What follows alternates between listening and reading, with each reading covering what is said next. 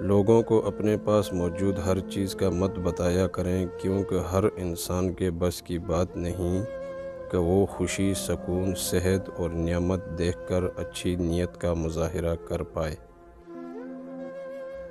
کبھی بھی کسی کی شکل و صورت اور رنگ کی وجہ سے توہین نہ کریں اور نہ نفرت کریں، کیونکہ جب آپ ایسا کرتے ہیں آپ انسان کی نہیں بلکہ اللہ کی تخلیق کی برائی کر رہے ہوتے ہیں۔ اس بھاگتی ہوئی زندگی میں اپنی ذات میں کم از کم اتنا ٹھہراؤ پیدا کرنے کی کوشش ضرور کریں کہ آپ نماز سکون سے پڑھ سکیں۔ ایک انسان کے کتنے روح ہیں نہ تو پتہ لگایا جا سکتا ہے اور نہ ان کو مکمل دیکھا جا سکتا ہے۔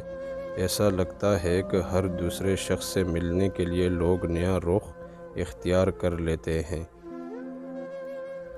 کچھ لوگ زندگی بھر اپنائے نہیں جا سکتے اور کچھ لوگ مختصر سے عرصے میں آپ کے اتنے قریب ہو جاتے ہیں کہ ان کی آؤٹ میں پوری دنیا اوجھل ہی ہو جاتی ہے۔